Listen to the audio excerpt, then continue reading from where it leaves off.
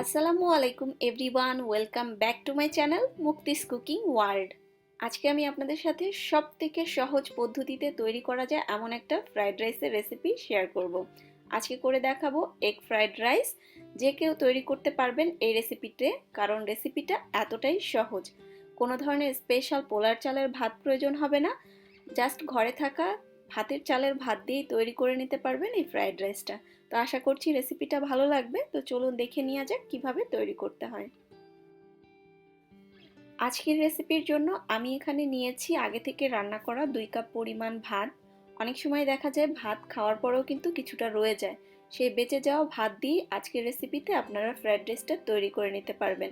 এই ফ্রাইড রাইসটা তৈরি করার জন্য পোলার চালের স্পেশাল কোনো ভাতের প্রয়োজন নাই। যে যে চালের ভাত খান সেই চালের ভাত ব্যবহার করলেই হবে।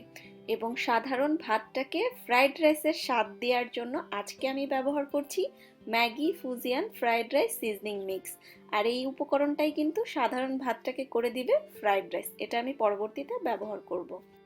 এগ ফ্রাইড রাইসের জন্য প্রথমেই আমি এখান থেকে নিয়ে নিচ্ছি দুটো ডিম। এবার ডিম দুটো আমি একটা বাটির মধ্যে ভেঙে নিচ্ছি। ডিম ভেঙে নেওয়ার পরে ডিমের কুসুম এবং সাদা অংশটা একসঙ্গে একটু বিট করে নিব।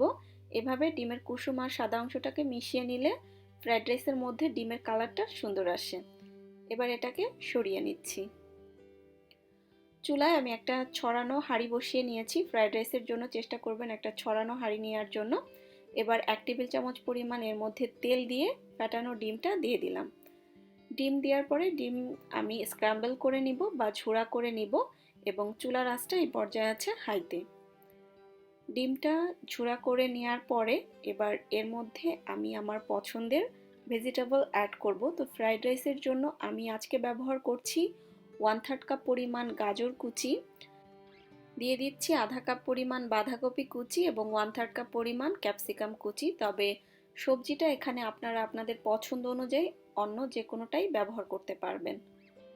এবার সবকিছু একটু ভালোভাবে মিশিয়ে নিলাম যাতে নিচে পোড়া না লাগে, সেই জন্য, কারণ চুলার আঁচটা হাইতে আছে। আর দিয়ে দিচ্ছি এর মধ্যে 1 টেবিল চামচ পরিমাণ বাটার। বাটারটা অপশনাল, বাটারের পরিবর্তে তেলও ব্যবহার করতে পারবেন। তবে ফ্রাইড রাইসে বাটার ব্যবহার করলে খুব সুন্দর একটা স্মেল আসে, সেই জন্যই বাটারটা দেয়া। বাটার দেওয়ার পরে হাই হিটে মিনিট খানেক সবজিগুলোকে আমি একটু সটে করে নিলাম। এবার এর মধ্যে আমি দিয়ে দিচ্ছি সবজির জন্য যতটুকু লবণ দরকার অতটুকু লবণ, কারণ আমরা ম্যাগির যে ফুজিয়ান ফ্রাইড রাইস সিজনিং মিক্সটা ব্যবহার করব ওর মধ্যে লবণ আছে, তো সেটা মাথায় রেখে লবণটা ব্যবহার করতে হবে। কয়েক ফালি কাঁচামরিচ দিয়ে দিলাম এবং 2 টেবিল চামচ পরিমাণ পেঁয়াজ কুচি দিয়ে দিলাম। এবার সবকিছু হাই হিটে আবারও 1 থেকে 1.5 মিনিটের মতো রান্না করে নিব। ভেজিটেবলটা সফট করা যাবে না, এটা ক্রাঞ্চিই থাকবে। জাস্ট হালকা একটু কালারটা পরিবর্তন হয়ে গেলেই এর মধ্যে আমি দিয়ে দিচ্ছি সেই আগে থেকে রান্না করা ঠান্ডা মেজারমেন্ট কাপের 2 কাপ পরিমাণ ভাত। আর অবশ্যই ভাতটা ঠান্ডা ভাত ব্যবহার করবেন। ভাতটা দিয়ে নেওয়ার পরে এবার এর মধ্যে আমি দিয়ে দিচ্ছি ম্যাগির ফুজিয়ান ফ্রাইড রাইস সিজনিং মিক্সটা। আর এই স্পেশাল উপকরণটার জন্যই কিন্তু সাধারণ ভাতটা হয়ে যাবে খুব সহজে ফ্রাইড রাইস। এবার এর মধ্যে আমি দিয়ে দিচ্ছি 1 টেবিল চামচ পরিমাণ সয়া সস। সয়া সসটা দিয়ে নেওয়ার পরে হাই হিটে সবকিছু একসঙ্গে মিনিট 2 রান্না করে নিলেই কিন্তু আমাদের ফ্রাইড রাইস একদম রেডি হয়ে যাবে। এখানে আলাদা করে আর কোনো কিছুরই দেওয়ার প্রয়োজন হবে না। তো সবকিছু একসঙ্গে আমি হাই হিটে নেড়েচেড়ে মিশিয়ে নিচ্ছি এবং আমার ফ্রাইড রাইসটা একদম রেডি। এবার আমি চুলা থেকে নামিয়ে নিব। আর এই তো তৈরি হয়ে গেল একদমই অল্প সময় অসম্ভব সহজ একটা রেসিপিতে এগ ফ্রাইড রাইস। আপনারা হুবহু রেসিপিটা ফলো করে দেখতে পারেন, ইনশাল্লাহ ভালো লাগবে এটুকু বলতে পারি।